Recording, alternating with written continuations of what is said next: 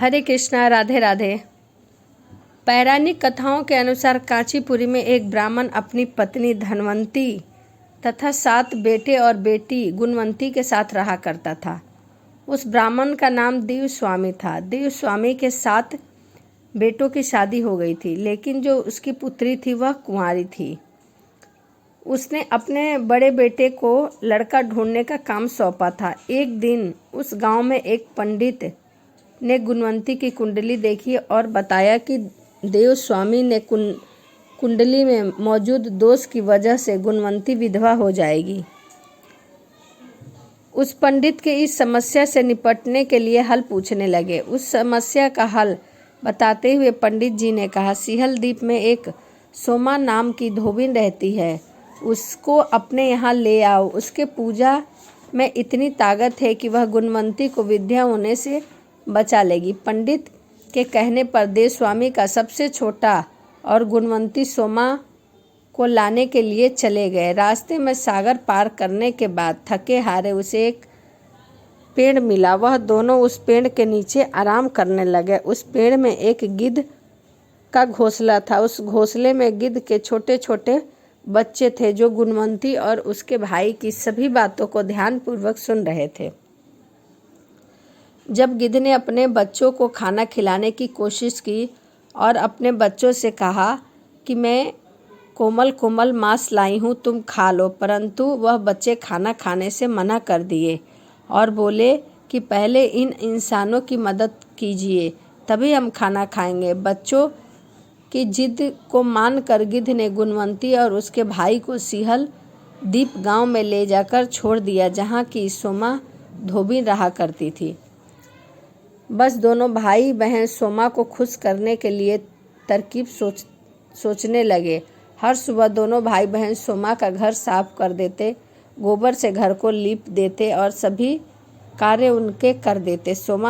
एक बार सोमा ने अपनी बहू से पूछा कि इतनी सुबह यह साफ सफाई कौन कर देता है?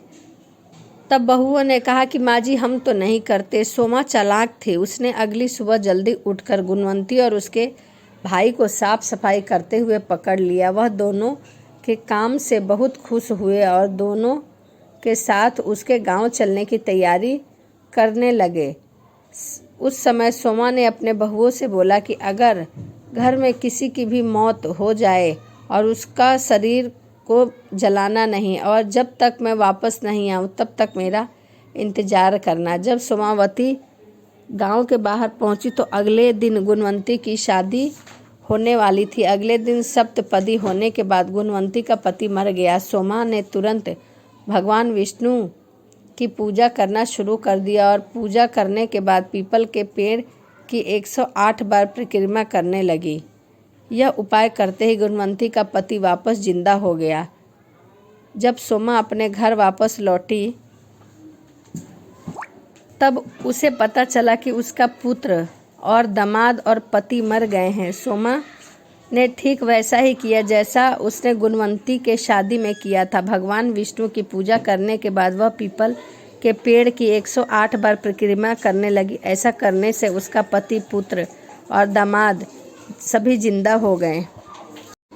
यह अमावस्या की कथा थी, मौनी अमावस्या की।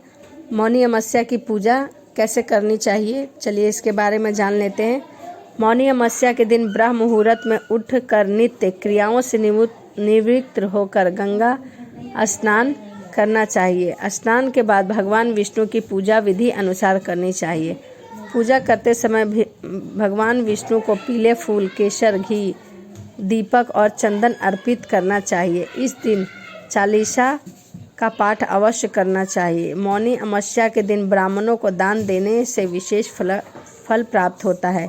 मौनी अमावस्या के दिन इसीलिए दान अवश्य करें और उस दिन मसूर की दाल, रुई और मूली का सेवन ना करें।